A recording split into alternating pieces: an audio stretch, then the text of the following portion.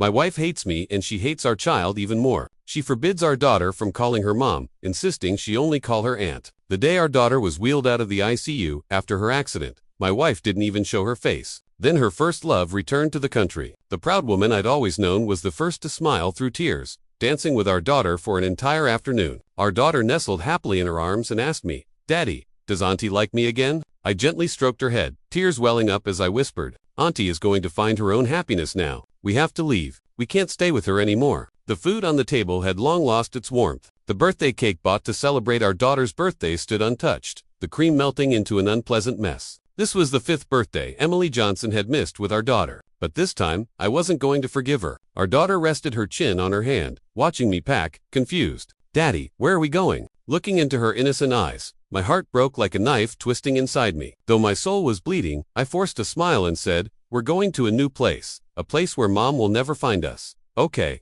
For the first time, my usually obedient daughter didn't answer me directly. She looked down, nervously, fidgeting with the hem of her clothes. "Can't we stay? Auntie held me today. She even danced with me. All the kids at school are jealous that I have such a beautiful mom." Hearing her call Mom by Auntie again stabbed me deeply. I turned away in pain. Emily Johnson never loved me. Marrying me was just a reluctant choice after her first love was gone. Because of that, she despised even our daughter. Our daughter was born prematurely at only 4 pounds because Emily insisted on drinking to mourn her lost love during pregnancy. Emily didn't even look at her once. She shoved her into my arms and spat, "Take this ugly thing away from me. She's a cursed child who survived my drinking." As our daughter grew and learned to speak, the first time she called her mom, Emily's face froze. I thought maybe my wife's heart was touched and she was starting to accept us. But the next second, she grabbed the mop by the wall and viciously beat our little girl, leaving bruises all over her body until she fainted crying. "Don't call me Mom. From now on, call me Auntie outside. I am not your mother." Since then, our daughter has kept this rule.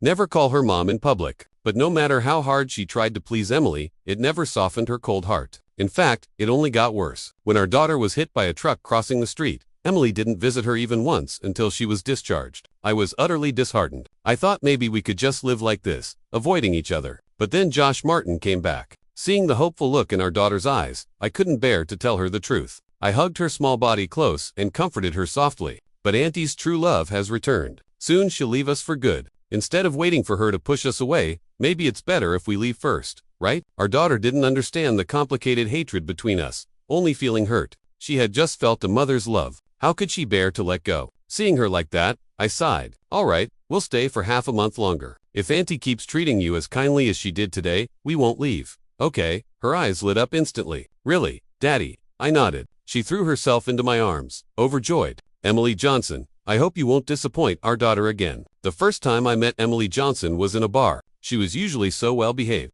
But that night she went in with Josh Martin and quickly felt uneasy, pulling on his hand to leave. Josh was in high spirits and reluctant to go, especially with 2 new women around him. He barely responded to her. Unable to take it anymore, Emily gathered her things and left. But she was immediately targeted by a few drunk men outside the bar and dragged into a nearby alley. The bar was full of all kinds of people. Even though she was calling for help, no one stepped in, following the mind your own business rule. Just as despair was about to overwhelm her, I appeared. Though I ended up hospitalized from the fight, she was safe. From then on, I stayed by her side, even though I knew she'd never have a place in her heart for me. Just seeing her was enough for me. But fate wasn't done with me yet. Josh Martin suddenly accepted a company transfer overseas, to be away for life. The first thing he abandoned was Emily Johnson. One rainy day, soaking wet, she knocked on my door. "You said you'd marry me. I'm ready now." Holding our marriage certificate in my hand, I still couldn't believe it was real. Back then, I was naive enough to think my life would only hold happiness from then on. But she proved with her actions that forced love will never bring happiness.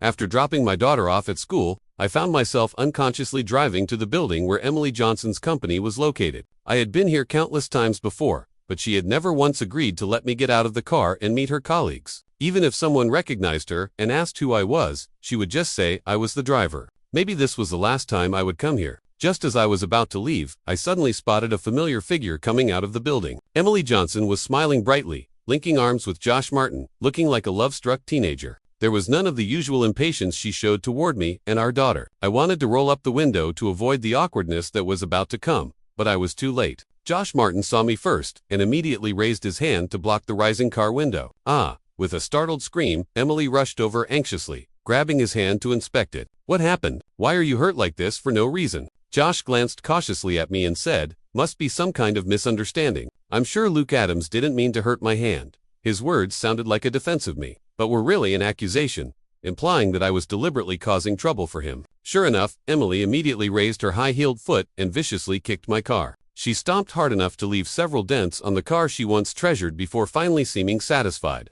"Luke Adams, how can you be so cruel? I told you not to come to the office looking for me. Are you trying to embarrass me on purpose? Josh just came back, and all we did was have dinner together. Yet you hurt him. You lowlife, why don't you just die?" Her words were harsh and merciless, utterly indifferent to the worsening expression on my face. She didn't give me a chance to explain. After venting enough, she rolled her eyes at me, grabbed Josh's hand, and strewed it away. Josh even had the nerve to glance back and give me the middle finger, acting arrogantly. If this had been before, would have chased after them to argue and explain. But now, I just sat quietly in the car, watching them leave, because I was about to take my daughter and leave this woman forever. What was there left to be angry about? I was rushing to complete all the paperwork for going abroad when my daughter's teacher suddenly called. Emma was pushed down by some kids fighting in the hallway and hit her head. "It's serious. Can you come to the hospital right away?" Panic overwhelmed me. I shakily started the car and rushed to the hospital. On the way, the teacher explained everything in detail. The child who pushed Emma had been bullying her relentlessly in kindergarten, snatching her toys and isolating her from other kids. Even after being scolded, the kid continued the behavior. It had been minor trouble before, but today, for some unknown reason, it escalated into this horrific act. The teacher sounded furious, and I clenched my fists tightly. My daughter being bullied at school, it was a failure on me as a father. In my hurry, I sent Emily a message explaining briefly about Emma's condition, though I knew hope was slim, but I still asked, "If you have time, please come see her." Unexpectedly, she replied quickly, "Of course, I'm coming. Who else will teach her?" I focused only on the first half. She agreed to visit Emma, and my spirits lifted. Emma would be so happy to see her. Could it be that the usually indifferent Emily Johnson finally cared about Emma? Was she really going to change? Excitement filled my heart, and I failed to notice the mocking tone hidden in her second sentence. When I arrived at Emma's hospital room, her head was tightly wrapped in bandages. She looked especially tired. Seeing me, she tried to smile. "Daddy, I'm okay. It just hurts a little. Don't worry." The more sensible she was, the more it broke my heart. Suddenly, I noticed another little girl in the room, rolling her eyes at Emma, whispering, "It's just a push. Why are you so dramatic?" I immediately blew up. This had to be the culprit who pushed Emma. Didn't your parents teach you not to bully classmates? How can someone so young be so cruel? Have your parents come yet? Though I tried to keep my temper in check, thinking about Emma's injuries made me tremble uncontrollably.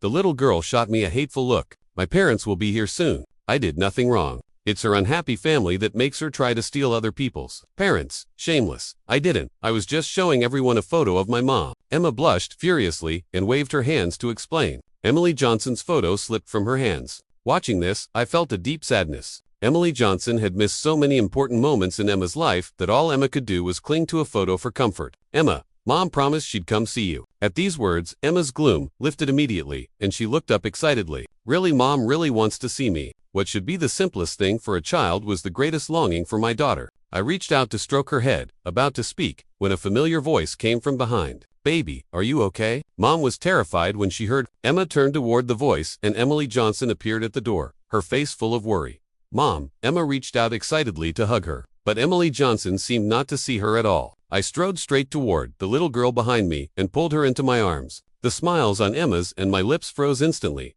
especially Emma's. Her beautiful eyes welled up with tears. "Daddy, what's going on?" My lips trembled, but I couldn't find the words to explain. I had no idea how to make sense of it all until Josh Martin walked in and the little girl sweetly called out, "Mom?" That's when it finally clicked. No wonder the girl harbored such hostility toward Emma, accusing her of stealing someone else's mom. It turned out Emily Johnson had abandoned her own biological daughter to lavish motherly love on someone else's child.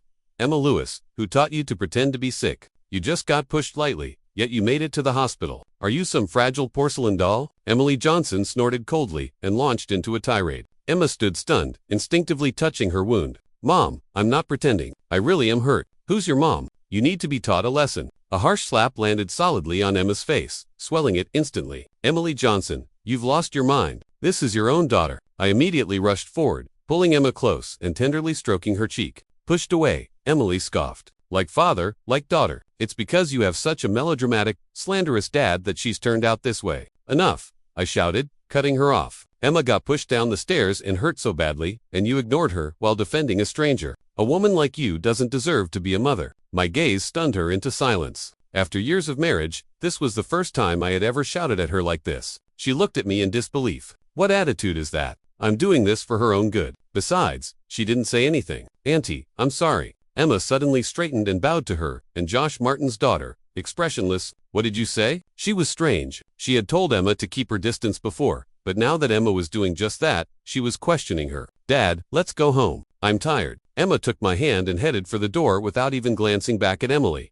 Emily Johnson hadn't yet recovered from the shock and still thought Emma would obey like before, calling after her, "Emma, Emma." But Emma didn't look back once. Feeling Emma's warmth fade, I looked at her and said, "Daddy will take you home." "Okay," but she shook her head and looked up toward the hospital room we just left. Through the glass, I saw Emily Johnson and Josh Martin playing with the little girl in their arms. The sunlight bathed them, making them look like a real family. For a brief moment, Emma's eyes showed envy, but only for a moment. She quickly looked away. "Dad, let's leave this place." An hour later, we boarded a plane bound for a foreign country. Before takeoff, I sent Emily Johnson one last message. "We're getting a divorce. Emma's with me." Emily Johnson in the hospital kept pulling out her phone to check for my message. This was the biggest fight we'd had since we got together. Josh Martin sensed her obvious unease and came over, pulling her into a hug. "Why don't you call Luke Adams? You're still married after all. Don't make this messier than it needs to be." His understanding made my outburst seem unreasonable. The little girl beside them was still whining. "Mom, didn't you say you'd spend more time with me today? Do you not like me anymore?" Emily quickly put away her phone and crouched to stroke the girl's cheek. "Mommy loves you the most. I just have some things I need to take care of." The girl pouted in dissatisfaction.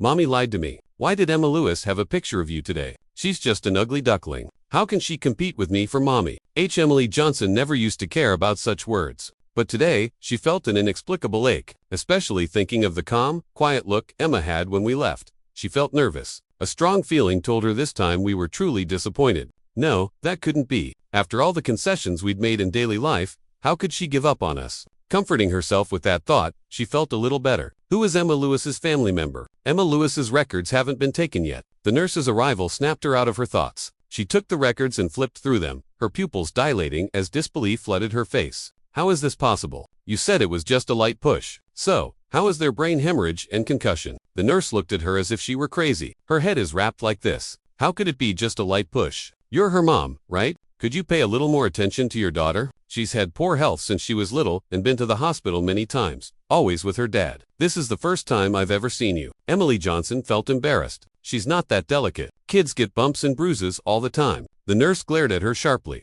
"Are you even speaking sense? She's only a few years old." Emily Johnson thought for a moment and reluctantly whispered a number. "Just for she's already 5. The nurse laughed bitterly. Mothers who can't even remember their own child's age were truly rare to find. Fuming, the nurse took the medical records and stormed off. Emily Johnson's legs gave way, and she collapsed onto the bed, her gaze fixed on the hospital cat where Emma had lain, murmuring to herself, "Have I really never cared about her?" But still, the little girl tugged at her hand, whining even more. "Mom, forget about her. Let's go to the playground." Playground.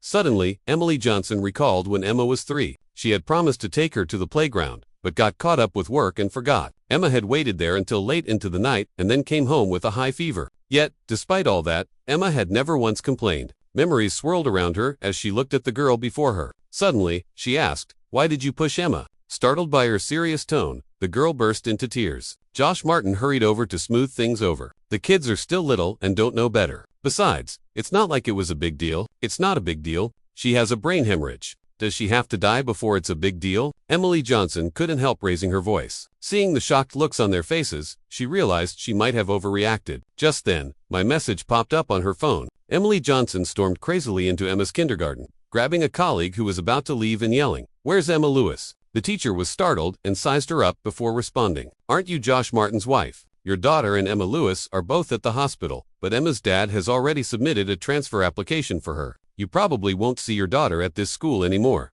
Emily Johnson's world spun. Her voice rose several octaves. "I'm Emma Lewis's mother. How could you transfer her without my permission?" The teacher could hardly believe her ears. Emily Johnson always came with Josh Martin to pick up the kids. How could she be Emma's mother? Seeing Emma's situation at school and that only the dad was in contact with the teachers, they all assumed Emma was from a single-parent home. But now the teacher's expression darkened. "If you knew Emma was being bullied, why did you keep associating with the bully?" That question left Emily Johnson speechless. Emma, was she really bullied that badly at school? She had heard rumors, but trusting Josh Martin, always thought Emma was making it up. Now, the teacher sighed deeply and pulled up surveillance footage playing it for her. On the video, Emma was repeatedly pushed to the ground, had things thrown at her, and was verbally abused by Josh Martin's daughter. No matter how much Emma tried to back away, the bullying only worsened, ultimately landing Emma in the hospital. Emily Johnson suddenly remembered not long ago coming home to see Emma sitting on the couch crying. When she casually asked why, Emma said she didn't want to go to kindergarten the next day. She hadn't even had the patience to listen before exploding in anger. "You're too young to have feelings. You're just lazy and full of lies. How could I have given birth to such a shameless child?" Emma stared blankly at her mother, using such cruel words to insult her own daughter. How had she forgotten she was a mother? Halfway through watching the footage, Emily covered her face and sobbed uncontrollably. She couldn't imagine the despair Emma must have felt firsthand. And now, it was all over. She barely remembered how she got home. When she turned on the lights, the house that used to be bustling with life was eerily silent. No matter what time she came home before, there was always a meal ready and someone thoughtfully massaging her feet. Though not as eloquent as Josh Martin, I had always shown my care through actions. But now, the caring husband, the obedient daughter, she had lost them both. Suddenly, the phone rang. She answered eagerly, only to hear Josh Martin's voice. "Emily, we're waiting for you at the restaurant. It's her birthday today. She's been pestering me to see you." Perhaps sensing her cold tone, usually arrogant, Josh Martin spoke cautiously. Hearing his voice, Emily thought of the surveillance again and felt nauseated. "What does her birthday have to do with me? I have my own daughter. Don't bother me anymore, Emily. How can you say that?" Josh's voice was breaking with emotion. Once Emily might have felt heartbroken, but now she only felt irritated. She hung up abruptly. Josh Martin was left staring blankly at the disconnected call. Emily Johnson waited and waited for a message from me saying it was all a misunderstanding, or for me to suddenly show up with Emma as a surprise. Even though she couldn't reach me by phone or WeChat, she believed I wouldn't abandon her. Otherwise, how could she convince herself to keep living from night until dawn? The hallway remained silent. Not even footsteps echoed. The flame in her heart was slowly dying out. Just as she was about to break down, grabbing her coat from the sofa to rush out, suddenly, the doorbell rang. "Here they come." She hurried to the door, heart full of hope as she swung it open. But outside weren't Emma and me. It was Josh Martin and his daughter, both visibly upset. "Mom, why aren't you spending my birthday with me? Dad and I have been waiting for you at the restaurant forever." Emily Johnson's smile faded, replaced by nothing but disdain for them now. "What are you doing here?" Caught off guard by her coldness, Josh Martin looked awkward. "Nam, see? What are you saying? Why are you picking on a kid? Besides, she only acts that way because she likes you so much. Didn't you say you hated that kid? I may dislike her all I want, but that doesn't give your daughter the right to hurt Emma." Emily's anger boiled over as she tore her hand free from his grasp. Josh's daughter was shocked. She remembered Emily always groveling before them. When had she become so defiant? What's more, Josh Martin had scolded Emily many times recently because of her attitude. Feeling a bit wronged, he spoke up. "Why don't I wait until she hits back? She's just a useless little beggar trying to steal my mom." "Shut your mouth." Dizzy with rage, Emily's heart broke, thinking of Emma's suffering. She shoved them both out of the house. "Get out. I don't want either of you here." The little girl fell hard during the scuffle, blood trickling from her scraped knee. She'd never been treated like this before. She burst into loud sobs on the spot. Josh Martin shot her a glare and deliberately yelled, "Why are you crying? It's all your fault. Otherwise, why would Mom hate us?" He said this on purpose. In the past, whenever he reprimanded the kid, no matter how angry Emily got, she would always step in to defend her. He was sure this act of cruelty would work.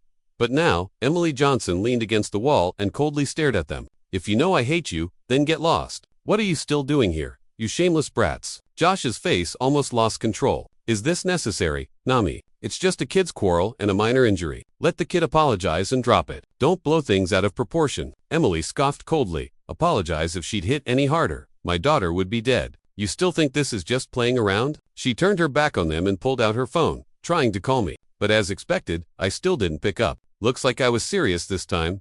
Outside, Josh Martin tried to leave with his daughter, but she'd been spoiled since childhood. She believed the whole world should bend to her will, and she couldn't accept how things had turned out. "Why should I leave? Didn't you say everything about her belongs to me? She and her useless loser dad should get out." Emily stared at her in disbelief.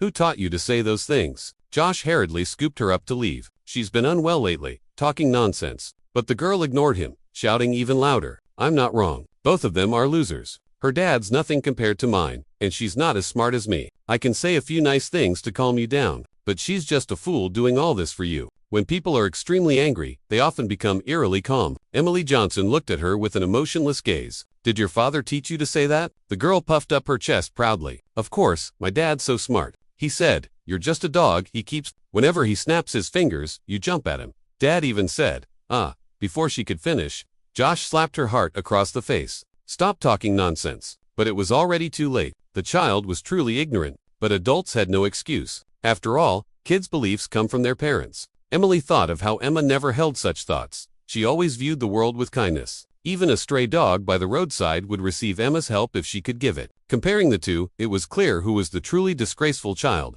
No wonder when Emily had defended Josh and his daughter at the hospital, the looks between Emma and me were filled with despair. Emma must have really hated her back then. She really wasn't a good mother. Guilt nearly swallowed her whole as she kicked Josh Martin hard. He fell to the ground, eyes wide. What are you doing? Is what the kid said wrong? If you hadn't chased him away, would things have gotten this bad? Emily's eyes widened in shock. So, in his mind, that's how he saw her. Years of youth sacrificed for nothing. She remembered that rainy night with me when I ignored the gossip outside. Even after photos of her secretly meeting Josh Martin after marriage were sent to my phone, I deleted them and still treated her well. Back then, she had asked me why I treated her that way. I just smiled and said, "Fool, as long as you're happy, I'll tolerate anything." In the end, the happiness she'd pursued her whole life was already in her hands. The three of them struggled and fought until the police came to break it up. As they left, Josh Martin and his daughter still cursed loudly behind them. There was no trace of her usual gentle and refined demeanor. After leaving the police station, her best friend picked her up by car. The first thing she did upon getting in was to ask about my whereabouts. "Have you found out where they are?" Her friend rolled her eyes and shoved an address into her hand. "Treat 'em well from now on. What you did before was way over the line." I almost couldn't watch anymore. The moment Emily Johnson saw the address, her eyes lit up. She immediately booked a flight to New York for the next day. Meanwhile, I was getting ready to leave with my daughter. "Husband, I really miss you and Emma. Please come back with me. I beg you both." I took a step back in surprise, and my daughter quickly hid behind me. "I hate Aunt Emily." Emily's expression changed drastically, tears welling in her eyes. "No, Emma, I'm not Aunt Emily. I'm your mother. I am your mom." She seemed to have forgotten that she was the one who made her daughter stop calling her aunt. Honestly, I hadn't seen such shamelessness in a long time. "Don't you realize how ridiculous you sound? Besides, I already have a new family. Stop bothering us." I didn't bother arguing further and turned to leave. "Even if you want a divorce, what about Emma? She needs her mother as she grows up." She spoke behind me, her voice desperate. "Emma," I smiled bitterly. When Emma was fighting for her life in the ER, Emily couldn't think of her child. When Emma was burning with fever at the playground, delirious, she didn't think of her. When she attended parent meetings for a child with another man, she didn't think of her either. Only now, when I was divorcing her, did she realize she was a mother. Looking at my daughter's sweet little face, I felt a sharp pang. My child should never be a bargaining chip in a marriage. That's none of your concern. Emma is happy living in New York. If you hadn't shown up, she might have even forgotten she had a mother. I spoke calmly, but to her, it was like a thunderclap. "That's a lie. Emma loves me the most," she pleaded desperately, looking at Emma. "Mom knows she was wrong. Baby, please give Mom another chance." But Emma's heart had been broken long ago in that hospital room. She kept her head down, refusing to respond. It was obvious she didn't want anything to do with her. I smiled coldly. "Someone like you doesn't deserve to be a mother. If you keep making things hard for a child, don't bother trying to see her anymore. Maybe I'll let you see Emma a few times a year." I thought that was shameless enough to make her leave. But I really underestimated her. "Husband, I know you can't let me go. Think of the child. Please stop causing trouble." I turned and walked away. This person really didn't understand simple words. I thought, after hitting this wall here, she'd give up and return to her country in a few days. But I underestimated her endurance. For months, every day, she would wait outside my office building or at Emma's preschool. Of course, we never once saw her. During that time, many women, both well-established and capable, tried to get close to me. Some even tried to win over Emma, hoping to be with me, but I ignored them all. Energy is limited. One unforgettable love is enough for a lifetime. I didn't want to waste any more on others. Besides, Emma was enough for me. I didn't want to give her a stepmother. Compared to love affairs, providing Emma with a better life was the priority. As for Emily Johnson, although she kept trying to win me back for quite a while, living in New York was expensive. Her job was back home and her elderly parents needed her care. Staying in New York permanently was unrealistic. I don't remember exactly when, but one day I was on the top floor of my company drinking coffee to relax. I looked down and saw that Emily Johnson's figure had disappeared. I breathed a sigh of relief. Finally, she was gone. The following 2 years were peaceful until a problem arose at a domestic branch office that required me to fly back to handle it. I returned to this city I hadn't seen in years. Just after landing at the airport, a young couple walked past me. The girl was beaming, sticking close to the boy who wrapped his arms around her tenderly. I won't lie, that sight warmed my long, dormant heart. But alas, that kind of love belongs to teenagers. At my age, I just focused on how to deal with the difficult business partners ahead. The first person I saw after returning was my brother. The moment we met, he punched me on the shoulder. "You've been gone so many years and didn't come to see me. I'm not missing you. I'm missing my goddaughter, Emma. How's she doing?" I laughed and rubbed my shoulder. "Emma's grown a lot. She talks about you sometimes." Though we hadn't seen each other for a while, our bond was still strong. We chatted as we walked into a mall. I planned to buy some gifts for Emma, but just inside, I caught sight of a familiar figure. "Why are you so mean to kids? Have some decency." Josh Martin stood beside a heavily made-up, flashy, middle-aged woman dressed in a cheap suit. He was holding that girl's hand. If he hadn't spoken, I probably wouldn't have recognized him. There was none of the handsome, charming gentleman he once was. The woman beside him rolled her eyes at him and snapped, "Don't give me that. I'm not in the mood for charity. You brought a kid on our date. Do you have any idea how many people stared at us? It's one thing to beg alone, but dragging a kid along." Josh Martin glared at her through gritted teeth, but didn't dare say a word after that. He sheepishly dropped the child off at the door. I nudged my brother and asked, "What's going on? Isn't he supposed to be rich? Why is he here like this?" My brother gave a dismissive glance, then smirked. "Come on, he's not rich. He's always been living off your ex-wife's money to maintain his image. Now that they've split, he has no income, but he can't let go of his lavish lifestyle. So, he's stuck leeching off wealthy women to get by." I was still a bit shocked, but seeing him argue with a rich woman over a cheap kid's meal, completely losing the arrogance he once had, I sighed. Maybe this is what they call reaping what you sow. The arrogant man he used to be surely never imagined he'd end up like this. As for Emily Johnson, she never moved on from that relationship. Every day she drank herself into misery at home, crying over our wedding photos when drunk. A truly tragic ending. But no matter how much she cried, neither Emma nor I would ever look back. My worry was that you might have softened and gone to see her. But it seems I was wrong. You really have moved on. My brother patted my shoulder with relief. I casually picked up a stray kitten from the ground. The sunlight warmed me from afar, making me feel genuinely at peace. Everyone has their own new life. Dwelling in the past is just too sad. Yes, memories are for looking back, and the people in them should stay where they belong. As for me, every day is a fresh,